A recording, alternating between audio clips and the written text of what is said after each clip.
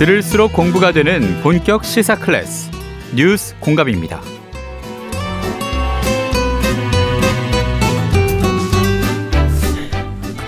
예, 지금 국제 뉴스룸 시간입니다. 문희정 국제정치평론가와 함께합니다. 어서 오십시오. 네, 안녕하십니까. 예.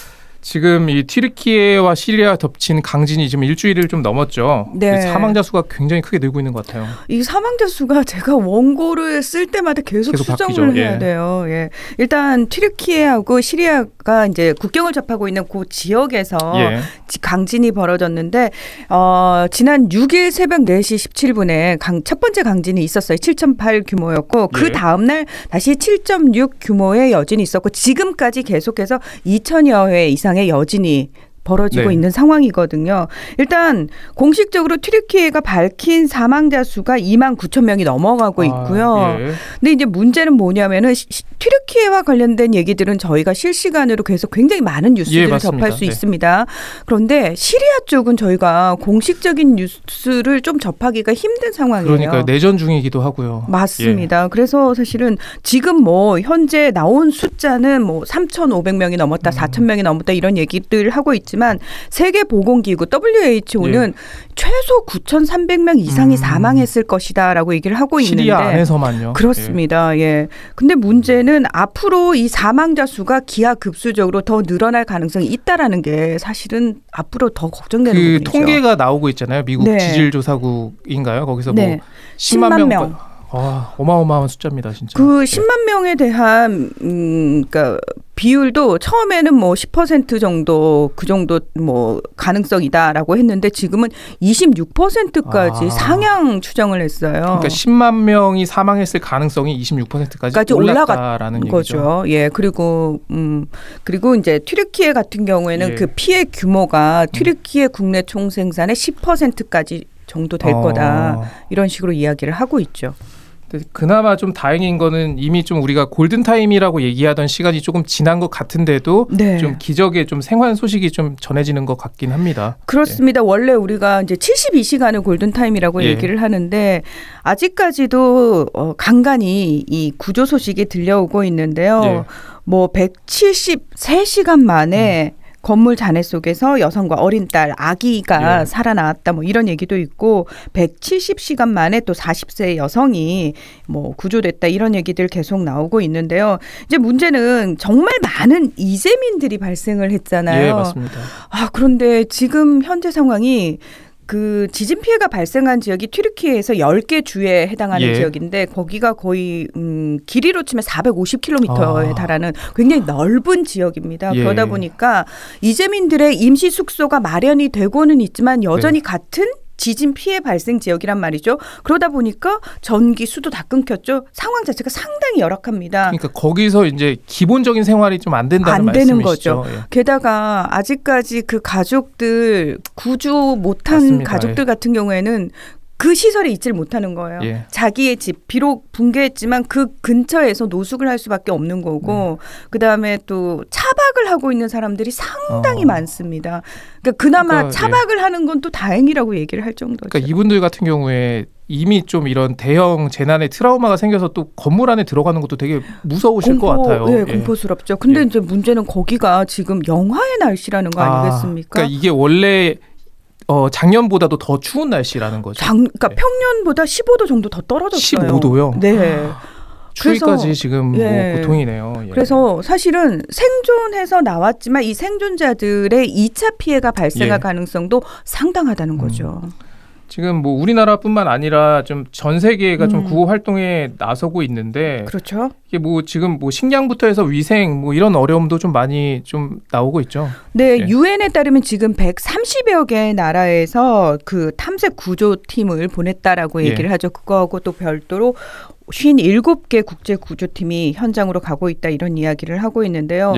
문제는 지금 그 지역으로 들어가는 도로들 같은 경우에 상당히 그 도로가 거의 3m 정도가 엇갈릴 정도로 유실된 곳도 많고요. 그다음에 파손된 곳도 워낙 많기 때문에 즉각적으로 구호 물품이 전달이 잘 안 되는 경우도 상당히 많다고 그러고요. 근데 오히려 시리아는 더 들어가기 힘들 것 같은데 어떤가요?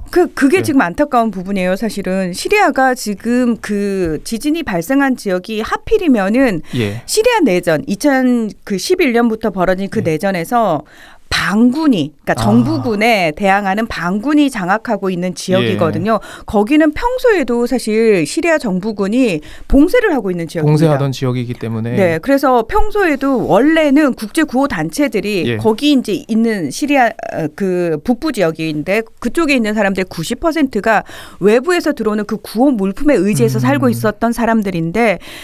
유일하게 들어갈 수 있는 통로가 튀르키예하고 연결된 육로 통로밖에 없었거든요. 근데 거기마저도 사실은 작정하고 뭐 튀르키예 정부가 막거나 하게 되면은 못 들어간다는 거예요. 그래서 지진이 발생하기 3주 정도가 거기가 막혔다라고 얘기를 하고요. 지금 문제가 그럼 시리아 정부가 사실 막고 있었던 부분도 있어요. 풀어줘야죠. 좀 인도적인 차원에서. 그 국제사회의 비판이 굉장히 빗발치니까 풀어주겠다. 그러면서 이제 조건들을 내걸었는데 문제는 뭐냐면 조건이 또 있나요? 네, 그러니까 시리아 정부가 사실은 지금 미국을 비롯해가지고 국제사회의 제재를 받고 있거든요. 그런 상황인데 이 그 구호 지원을 허락해 준다는 승인해 준다는 그 명목하에 그 시리아에 대한 제재를 좀 풀어달라라는 얘기를 굉장히 광범위적으로 하고 있어요. 지금 이 재난 중에 어떻게 보면 정치 행위를 또 하고 있는 거네요. 그러니까 반군 입장에서도 우리를 도와준다는 명목하에 시리아 정부군이 뭔가 정치적 행위를 하는 거 우리 못 받아들이겠다라는 식으로 얘기를 해서 반군도 사실은 거부하고 있다라는 거예요. 그래서 그 지역에 들어와 있던 원래 이제 국제구호 단체 직원들이 구조 작업을 하다가 지금은 손을 놨다고 그래요. 왜요?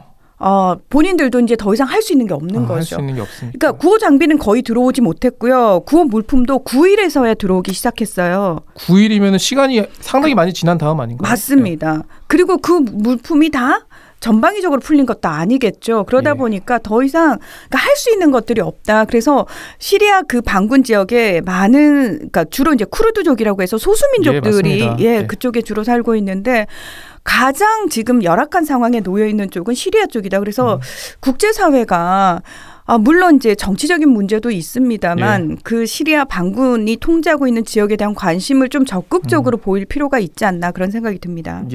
지금 이 사안은 사실 프란치스코 교황도 계속 강조하는 사안이기도 합니다. 네네. 자, 그리고 이 튀르키예 에르도안 대통령의 심판론이 커지고 있다. 이건 또 어떤 얘기인가요? 자, 에르도안 대통령은요. 사실 튀르키예에서 꽤 오랫동안 권력의 정점에 있던 사람입니다. 2003년에 그 튀르키예가 내각제였거든요. 그때 총리를 시작해가지고 2014년에 대통령제로 바뀌면서 본인이 처음 대통령을 하거든요. 그리고 2017년에 본인이 또 주도해가지고 거의 대통령의 권한을 엄청나게 강화하는 제왕적 대통령제를 확립을 합니다. 그러면서 본인이 지금 20년 정도를 권좌에 있는 거 아닙니까? 근데 이 에르도안이 원래 처음에 정치판에 뛰어들 때는 외자 유치를 해가지고 튀르키예 경제를 상당히 살리거든요. 그런 면에서 많은 국민들의 호응을 받았는데 문제는 에르도안이 계속해서 권력을 잡고 있는 동안 튀르키예의 경제가 썩 나아지지 않았다라는 겁니다. 물론 인플레이션이 전 국제적인 상황이긴 했습니다만 튀르키예 같은 경우에는 에르도안이 조금 그 정치적 야심이 강했다라고 볼 수 있어요. 그러니까 에르도안은 원래 튀르키예는 이슬람 국가긴 하지만 일명 세속 국가라고 해가지고 종교적인 게 강하지 않은 나라거든요. 하지만 에르도안이 들어서면서부터 굉장히 폐쇄적인 이슬람주의를 강조를 합니다. 맞습니다. 그래서 야야 소피아가 모스크로 다시 바뀌고 이런 일도 있었죠. 그러니까 이런 것들을 통해 가지고 본인이 꿈꾸는 게 소위 말해서 술탄이라는 거죠. 그러니까 이슬람 국가들 중에서 최고 형님이 되고 싶어하는 거예요. 그걸 위해서 이슬람이라는 종교를 강요하고 그걸 이용을 했던 사람인데 그러다 보니까 서방 국가들하고도 상당히 많은 어떤 부딪힘이라든지 갈등 대립들이 있고 본인은 또 그런 와중에 외교적인 중재자를 하겠다 이러면서 이쪽 저쪽에 안 끼는 데가 없는 거예요. 맞습니다. 그 사이에 튀르키예 내부 경제는 다 망가졌거든요. 자, 1999년에 사실 튀르키예에서 굉장히 큰 지진이 있었는데 그때도 이렇게 건물이 많이 무너지고 사망자가 많이 발생했단 말이죠. 그때부터 내지인 규정을 굉장히 강화하는 법이 세워졌음에도 불구하고 그리고 세금도 좀 걷었죠. 지진세. 그게 그때부터 거두기 시작한 지진세가 무려 5조 원이 넘는다고 하죠. 근데 지금 이 대처가 전혀 안 된 그렇죠. 상황인데. 왜냐하면 우리가 그 건물 무너진 사진 아마 다들 보셨겠지만 예. 팬케이크처럼 이렇게 툭툭툭툭 다 쌓였다는 거예요. 예. 예. 그게 뭐냐면은 사실 안에 좀 공간들이 있어야지 사람들이 살 수가 있는데 네. 이런 식으로 다 무너져 버리게 되면 이건 내진 설계가 전혀 되지 않았다는 의미거든요. 그럼 결국 인재란 얘기네요. 그렇습니다. 예. 그것 때문에 에르도안 정부에 대한 비난이라든지 불만이 굉장히 졌어요. 그리고 물론 피해 지역이 워낙 광범위한 건 인정합니다만 예. 구호라든지 구조 대응이 상당히 늦었다라는 겁니다. 그러니까 시민들이 구조대를 기다리다 못해서 본인들이 손으로 네. 그 잔해더미를 해치고 가족들을 구해내고 시신을 끄집어내고 이랬다는 거 아닙니까? 이러면서 5월에 그 대통령 선거가 있는데 거기서 에르도안 대통령이 과연 다시 재선을 할 수 있을 것이냐. 사실 이 5월 선거도 원래는 6월에 열렸어야 되는 선거인데 에르도안 예. 대통령이 마음대로 5월로 땡긴 거거든요. 그러니까 더 이상 튀르키예 국민들이 아마도 에르도안의 이 제왕적 대통령을 인정하지 않을 가능성이 예. 상당히 커졌다. 이런 얘기들이 많이 나오고 있죠. 또 이렇게 안전을 경시하는 대통령이라면은 인정해서는 안 되죠. 그렇습니다. 예. 다음 소식으로 넘어가겠습니다. 외신이 주목한 뉴스인데요. 이 북한 지도자 김정은의 딸 주애가 열병식에 등장을 해서 좀 관심이 뜨거웠습니다. 맞습니다. 그 지난해 11월에 김주애가 예. 김정은과 함께 대륙간 탄도미사일 시험 발사 장면을 참관한 이후에 예. 지금 3개월도 안 돼서 5번째 공식 석상에 계속해서 등장을 그렇습니다. 했거든요. 예. 사실 처음에는 약간 어린아이 같은 모습이었는데 최근에는 엄마처럼 정장도 있고 엄마처럼 머리도 예. 하고 화장도 약간 했어요. 약간 유전자의 힘이 좀 대단하다라는 느낌도 좀 들긴 했는데 예. 엄마 아빠를 다 닮았어요. 그죠? 그러니까요. 예. 예. 그래서 정말 붕어빵이라고 얘기를 예. 하는데 그런 모습들이 이제 외신에서 봤을 때 이게 이제 후계 예. 그러니까 공식화되는 것이 아니냐 이런 이야기들이 상당히 많이 나오고 있다라는 겁니다. 게다가 주애를 표현하는 그 수식어가 처음에는 예. 사랑하는 이었거든요. 근데 이제 뒤에 가서 존경하는, 존귀한 예. 뭐 이런 식으로 바뀐다라는 거죠. 그러니까 북한의 지도자를 수식하는 그 단어를 썼다 이런 얘기인 거죠. 그렇습니다. 예. 게다가 지금 주애가 등장하는 행사들이 다 군 관련 행사들이에요. 그러네요. 또 그러고 보니까. 그렇죠. 예. 이 부분을 지적하는 외신들은 무슨 얘기를 하냐면 사실은 그러니까 북한에 있어서 물론 김씨 일가가 세습을 하기는 합니다만 군의 마음을 얻지 못하면 군을 장악하지 못하면은 권력 장악이 제대로 안 된다라고 얘기를 하고 있는데 예. 또 여성이잖아요. 그렇죠. 여성 후계자가 예. 처음으로 나오는 거 아니겠습니까? 그러니까 아직도 굉장히 가부장제가 강한 북한에서 남자 아들이 아니라 딸을 데리고 나왔다는 것 자체가 네. 그리고 군 행사에 데리고 나왔다는 것 자체가 사실은 군 장악을 벌써부터 좀 하기 위해서 일부러 이제 노출을 좀 많이 시키는 거 아니겠느냐 이런 이야기를 하고 있는 거죠. 이게 보면은 사실 좀 갑론을박이 있는 것 같아요. 좀 의문을 제기하는 좀 뉴스도 있지 않습니까? 그렇죠. 예. 그러니까 사실은 뭐 아직까지 사실 그 벌써부터 후계 구도는 좀 아닌 것 같고 지금 몇 살 정도 됐죠? 10살 예. 정도 됐다라고 얘기를 하죠. 자, 그렇기보다는 오히려 이 핵과 관련해 가지고 사실 이 핵무기 지속 개발을 미래 세대의 안전을 위한 것과 좀 연관시키기 위해서 그리고 사실 핵이라는 게 굉장히 공포의 대상이고 굉장히 좀 어떤 의미에서는 과격하잖아요. 예. 근데 거기에 어린 여자아이를 예. 등장을 시켰단 말이죠. 그러니까 이미지를 희석시키는 그런 효과를 노리는 거기도 하다. 만약에 정말 아들을 데리고 나왔다라고 한다면 더 강한 이미지였을 텐데 그랬겠죠. 예. 어린 여자아이 를 데리고 나왔다는 것 자체가 그런 걸 좀 노리지 않았느냐 이런 분석도 있긴 있습니다. 그러니까 사실 좀 생각을 해보면은 그 주애를 뭐 후계자로 생각을 해서 내세웠다면 사실 지금 김정은이 나이가 그렇게 많지는 않잖아요. 그렇죠. 아직 40대가 안 됐거든요. 예, 건강이 안 좋거나 뭐 이런 추측을 또 하게 되니까 뭐 그런 약간 주장도 있는 것 같습니다. 근데 저는 제 개인적인 생각으로는 후계자가 벌써부터 나오게 되면은 특히 그게 이제 아들일 경우에는 약간 타겟 파이팅화될 수도 있다라고 생각하거든요. 그쵸, 좀 위험해질 수도 있다라고 중심으로 생각하거든요. 또 이제 권력 암투가 또 발생할 수도 있고요. 그렇죠. 예. 그래서 사실은 오히려 그런 부담이 조금 딸이 더 적지 않나. 그러면서도 약간 소위 말해서 이미지를 좀 부드럽게 만들 수 있는 효과를 좀 줄 수 있지 않나. 저는 그런 쪽이 훨씬 더 가능성이 있을 것 같습니다. 그런 것 같았어요. 저도 좀 약간 단란한 좀 가정의 모습을 보여주려고 했잖아요. 그 테이블에 앉아가지고. 네. 왜냐하면 김정은 위원장은 항상 그 얘기를 해요. 북한을 정상 국가인 맞습니다. 것처럼 보이게 하기 위해서. 네. 그래서 리설주 여사. 그러니까 우리가 일반 민주주의 국가에서 부부 동반으로 나오잖아요. 네. 국가 정상들이. 그렇죠. 그 이미지를 표출한 것 자체가 북한이 마치 정상 국가인 것처럼 보이게 하기 위한 거기에 이제 딸도 등장을 시킨 거죠. 예. 그런데 이거는 좀 어이없는 일인 것 같은데 북한에서 지금 주해라는 이름을 가진 주민에게 개명을 강요하고 있다. 이거 사실인가요? 그렇다고 그래요. 예. 근데 예전에 왜 김정일 위원장, 김정은 위원장이 이제 후계자가 확실히 됐을 때도 개명을 해라라고 얘기를 했는데 조선시대에 조선의 임금들 이름이 한자였던 그렇죠. 이유가 사실 백성들이 그 글자를 피해서 이름을 지어야 되니까 맞습니다. 그걸 배려해서 그렇게 한 글자를 지었는데 참 이런 얘기까지 나오니까 북한은 아직도 조선시대에 살고 있나 뭐 그런 생각이 좀 드네요. 그러니까 뭐 정상 국가를 표방하려고 하지만 안 되는 부분들이 있는 거 있어요. 네. 예. 끝으로 이 소식도 좀 짧게 짚어보겠습니다. 네. 일제 강제동원 피해자 배상 문제인데요.